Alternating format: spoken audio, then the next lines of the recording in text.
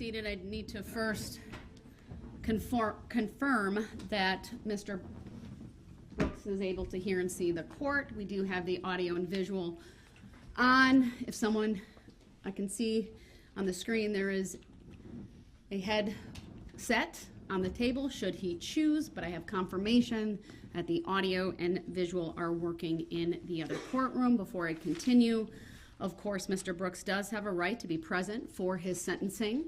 He's been present all along today up until his disruption.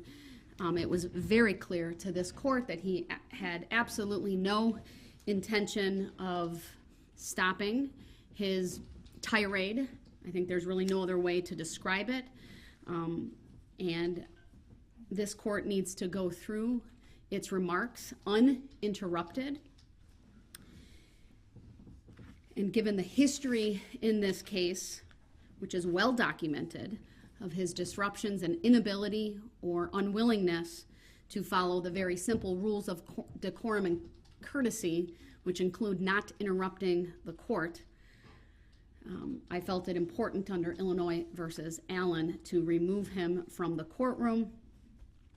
As that is, of course, one of the options, and we have the benefit of the wonderful technology here in this courtroom and the adjoining courtroom, which I believe is the equivalent of being present, what I have referred to at times during this trial as the functional equivalent of being present in this very courtroom.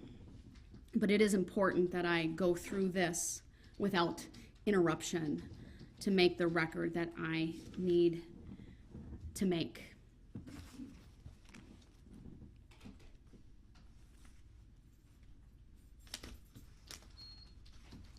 I'm going to backtrack. No, you're not muted, sir. You're going to listen to me, and you're not going to interrupt. So I want to, I don't want to call it a tangent, but I'm looking for a note that I made.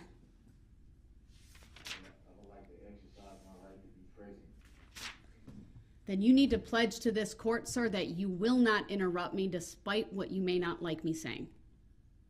Can you do that? I would like to exercise my right to be present. All right, he's not making that pledge, and under Illinois versus Allen, unless he makes that pledge, he's not coming back into this courtroom.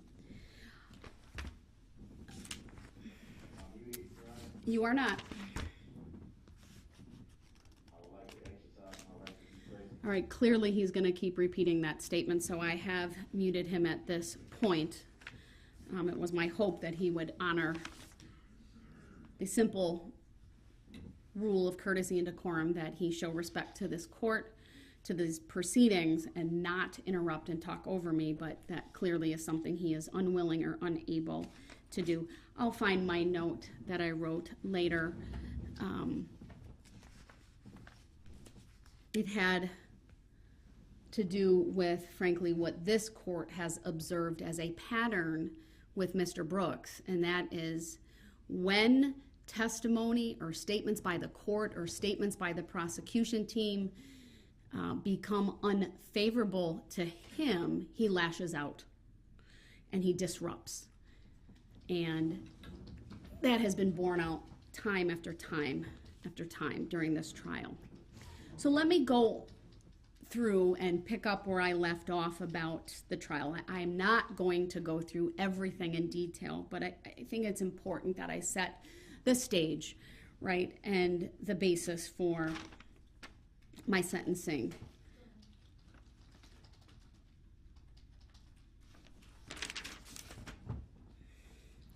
One of the things that I did note regarding Erica Patterson's testimony, because frankly I wasn't sure where Mr. Brooks was going to go with his own defense based on some of the remarks he made during his opening statement, which was actually later, but I guess I'll go back to my review of his recorded interview and some of the things that he tried to say, and at least it became apparent ultimately with the way he cross-examined witnesses, I wasn't sure if he would claim perhaps someone else was in the vehicle, he was afraid of police, the tinting of the windows, some of those things. Here's where it frankly doesn't matter. Okay, Erica Patterson provided key testimony in this regard, that there was no one else in the vehicle with Mr. Brooks. And I'm aware that he wants to come back, but until he writes me a pledge that he will not interrupt me under Illinois versus Allen, he is not coming back in this courtroom. He has forfeited his right to be present during my remarks. And unless he makes that pledge to me in writing, he's not coming back in.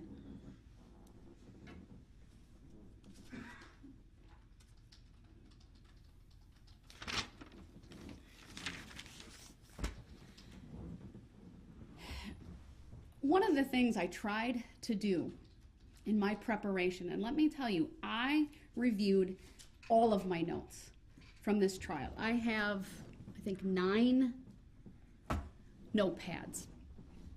I looked at just a couple of exhibits, but primarily the map, Exhibit 15.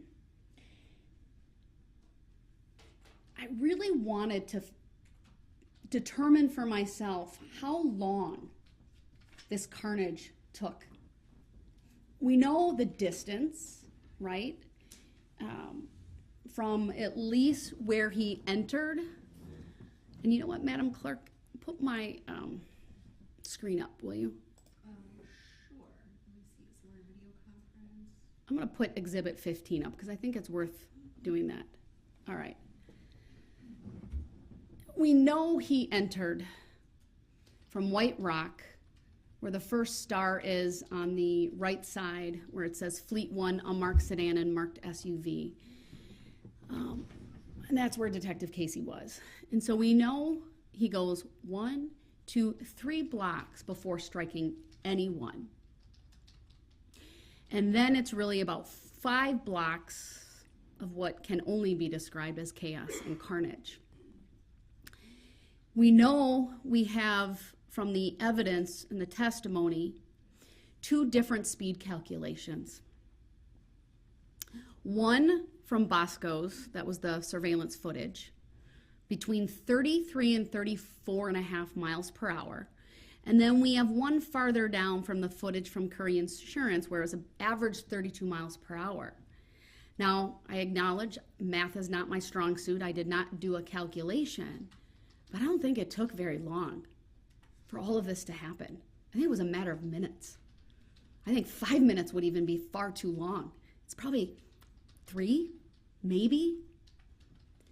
And it was somewhat hard to gauge during the trial because of how the state presented, and I don't mean this as a criticism, but they were very meticulous in showing video, breaking it down, showing it at half speed, sometimes 30% speed, to really get an understanding of what was happening. And at no point did anyone ever tell me or tell the jury how long this took. But even though it took just a couple of minutes,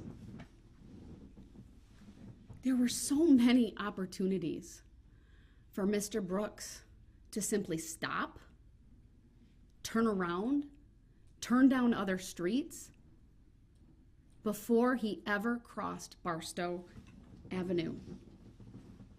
And what we know is that at 4:37, Detective Tom Casey had the first police encounter with Darrell Brooks. Came face to face, Detective Casey at the hood of a car, coming eye to eye. The SUV brushed past him. And here's the thing. Detective Casey said he wasn't going very fast.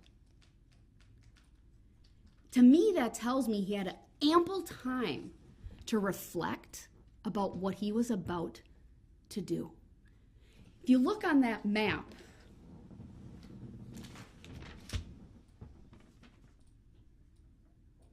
it's not a pledge, he's not coming in. When you come down White Rock, you can take a hard left on East Main Street. You can take what I call a soft left. I believe it's Pleasant Street. and Detective Casey, you can correct me if I'm wrong, I can't see it on the map. Frankly, you can turn around at any point in time on White Rock Avenue. But instead, and I think if you all try to picture this, as difficult as it may be, there's squads with lights, there's barricades. I know I read in the other act's motion that Mr. Brooks claimed at one point he was having a panic attack, and he, again, maybe I think he was going to claim at some point he was afraid of police. Why drive toward them? Why take that right-hand turn?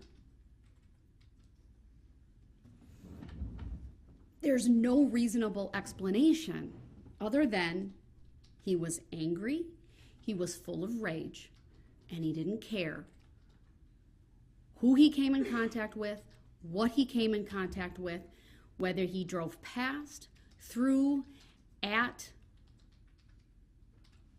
he drove. Detective Casey pounded on the hood of that car, saw his face, again, was brushed by that SUV, thankfully not hurt. All of this preceded by the visual signs along White Rock Avenue of the staging of this parade. Floats, bands, banners, signs, people. And as you got closer to Main Street, the spectators lining those streets, which both, I believe, Detective Casey and Sergeant Warner said were thousands of people. Before he ever gets to Barstow Avenue, he comes in contact with, after Detective Casey, Officer Buttrin and Officer Schneider. He has an opportunity, if you look at this map, he could go right on Buckley. Again, there might be police, there might be barricades. You simply stop. You ask, can I get out? No doubt in my mind, any police officer there would have done just that. He could have gone left on Northeast Avenue. Continuing down, he could have gone left on Martin Street. Continuing on, Barstow Avenue. This is where the parade participants, unfortunately, he has contact with them. But he could have gone right on Barstow. He could have gone left on Barstow. And we know from some of the footage that we saw that his car was seen flying past, true, not hitting one at this point, but flying past. There's no logical understanding for Mr. Brooks other than he's in the middle of a parade and he can see them. Anyone driving a vehicle would see what's ahead. And we know from this map, right, what was ahead of him. We saw that video footage. We heard the testimony.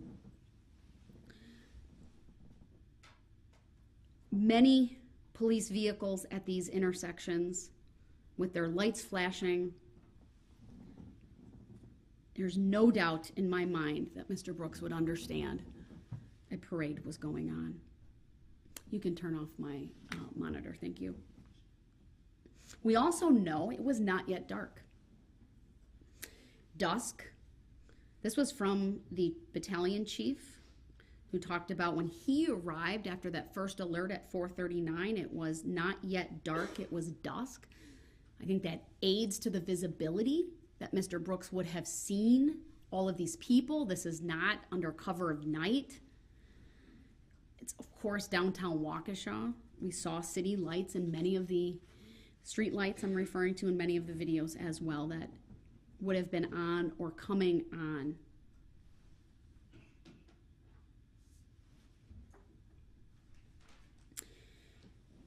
We know just past Barstow, he strikes his first victim, Nicole White. She was with RE/MAX Services with the hot air balloon. If anyone's seen that, we saw it in the video, that is unmistakable what that is. That would get anyone's attention. If this was a mistake, if he was lost, this was his very first opportunity to stop and do the right thing after causing injury to a person. But he didn't. He did not stop. And then, of course, the Waukesha South Band.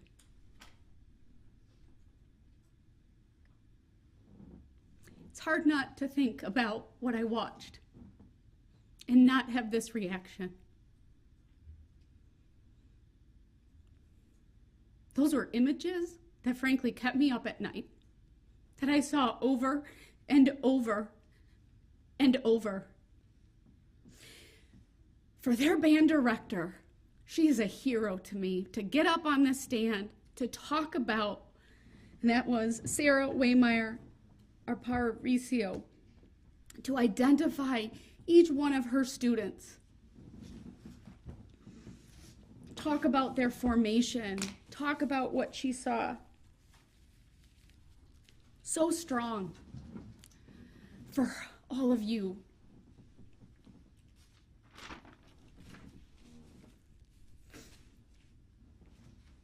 Mr. Brooks had another opportunity to stop. This wasn't one isolated person that he could claim, I didn't know I struck someone. This was driving over people.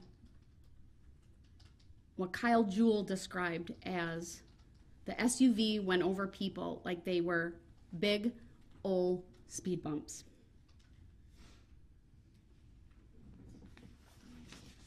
I know the Green children were injured around there. Thankfully, their physical injuries were minor, and I know I could probably spend a long time talking about the injuries of the band members, and I'm not going to go through that. They were significant. It was horrific. Thankfully, none of them were killed. And then, of course, moving on to Burris Logistics. Between the band and the Blazers, that is where Kelly Graybow and her 10-year-old daughter, Adelia, were in that adorable Cindy Lou Who costume. And what struck me, and Kelly referenced this in her statement yesterday, was seeing the tires go past her head after she was hit. Adelia had major injuries as well.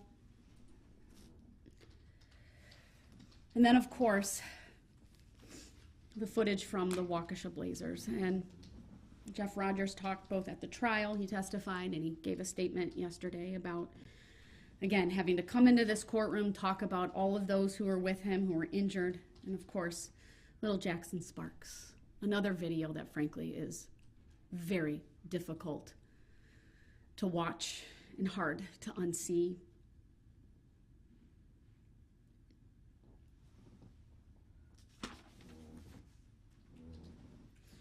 You heard not only Jeff, but Josh Craner talk about what happened, and Josh, of course, being struck.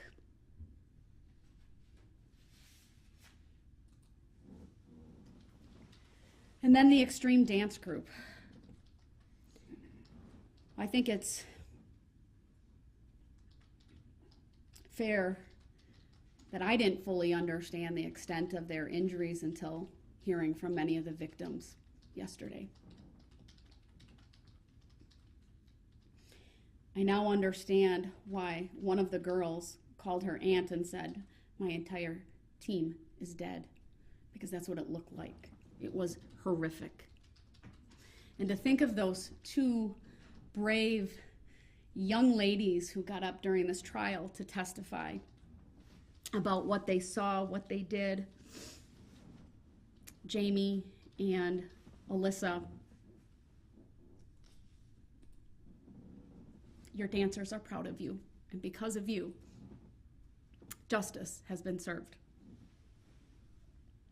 We heard from others, spectators, Deborah Ramirez, regarding herself and her son, that the vehicle was accelerating, not stopping. A moment that sticks out to me was really Mr. Brooks trying to chastise her for not seeking medical attention right away. Her response was perfect. She waited due to the number of injured and all the blood she saw. Understandable. not something to be chastised for. And then moving on, and again, I know I'm not mentioning everybody. These are just some of the highlights that, and I should call them lowlights, not highlights, but some of the testimony and evidence that really, really impacted the court. Stephanie Bonesteel and her husband testified about what Citizens Bank was doing, hearing the impact against Jane, a very loud thud and an audible gasp from the crowd. Her husband, Adam, was driving the support vehicle, and when he was being cross-examined about why he didn't see the driver, again, he just simply said, "I thought it was my wife that had been hit. All I saw was the red poncho." And the only time we ever heard about brake lights was when Jane Kulik was on that vehicle and he braked so he could get her off the top and run her over.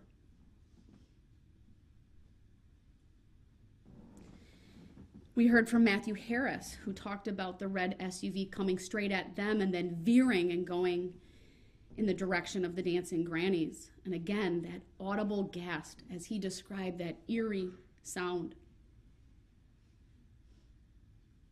He saw a child injured in front, Jane Kulik behind. Actually, the child and Jane Kulik behind, and two victims ahead. He saw two of the dancing grannies. What he described as the SUV traveling faster than the speed limit. What I wrote down from his testimony is he's a combat vet, and this is what he said. "I've never saw anything like this in such a safe area." You could tell he felt bad about not seeking treatment right away for his daughter. He talked about how his wife's a nurse practitioner. And again, he didn't want to direct resources from other victims, that we thought she was okay enough to be home with them. Now, by this time in the parade, it's very clear the spectators are noticing something is not right. The sounds, the atmosphere has changed. They're screaming, there's gasping. There's a noticeable difference.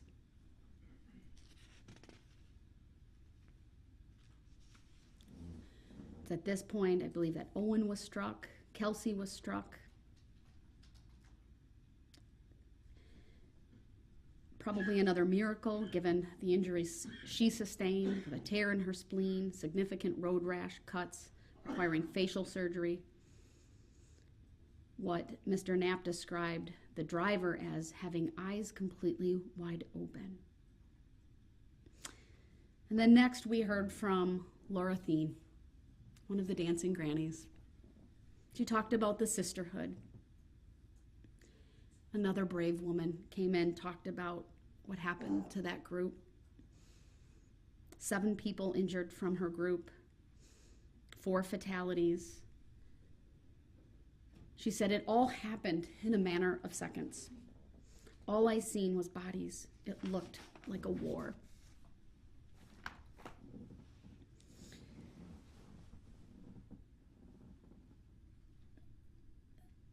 The 6 people who were killed suffered multiple blunt force traumatic injuries, severe, significant, some dying instantly. I was impressed by both Dr. Scheel and Dr. Bidzricki. Dr. Bidzricki for her attention to detail, her looking at that vehicle, inspecting it, looking at the heights where certain damage was done, and it being consistent in height with the individuals that she did the autopsies on. And of course, Dr. Scheel, and both of these individuals have testified before me, but Dr. Scheel, very shaken from the autopsy of little Jackson Sparks.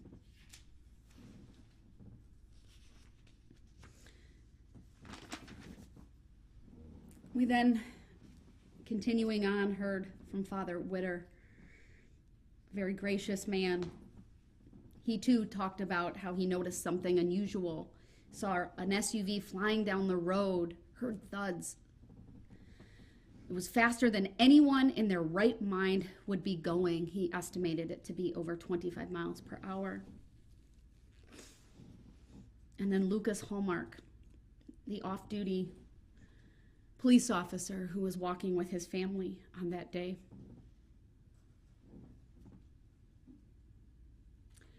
He talked about the commotion behind, the large amount of screaming.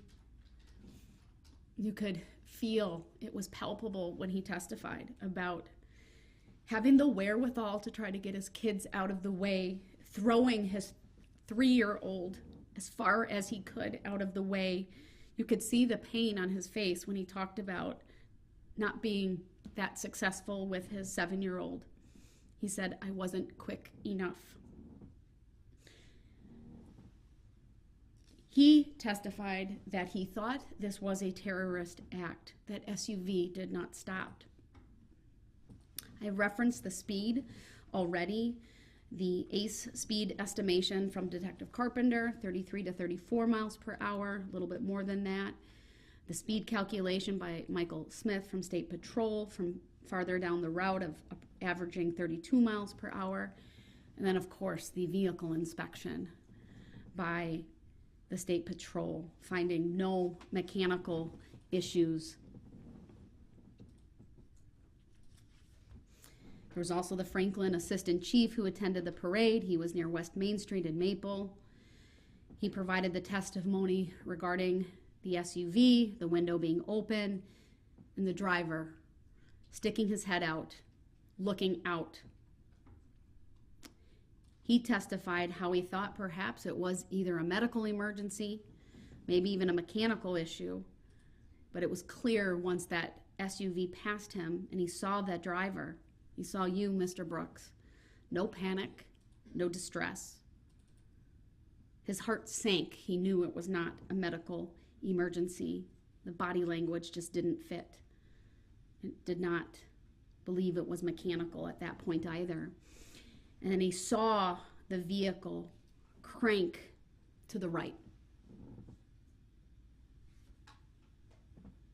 As he testified, he seemed excited about what he had done.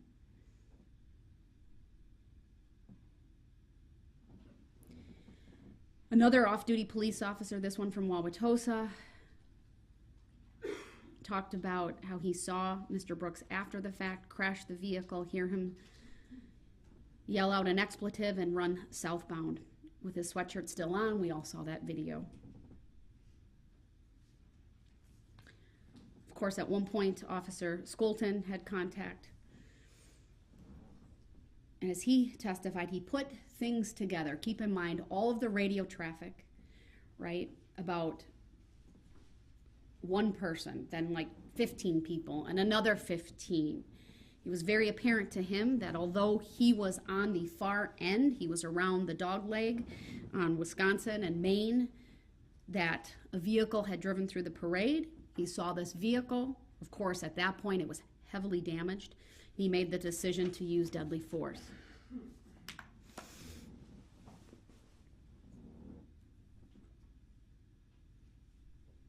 What did he do after? What did Darrell Brooks do after? We crashed the vehicle. He fled the scene in a hurry. He changed his appearance, took off his sweatshirt, loses his shoes, I think in a hurry to get out of there, not caring that they had fallen off. He puts his hair up. We saw that on a number of videos. He asked unsuspecting people to use their phone to call an Uber, all within minutes of all of this happening. He was in such a hurry to get out of there, he left his phone in the SUV. He calls his mother, who arranges for an Uber. We heard from the Uber driver. He never showed up. It was nearby, ultimately, where he was found. And then, of course, the ring footage of his contact with Daniel Ryder. That is at 5:01 p.m. minutes after all of this happened.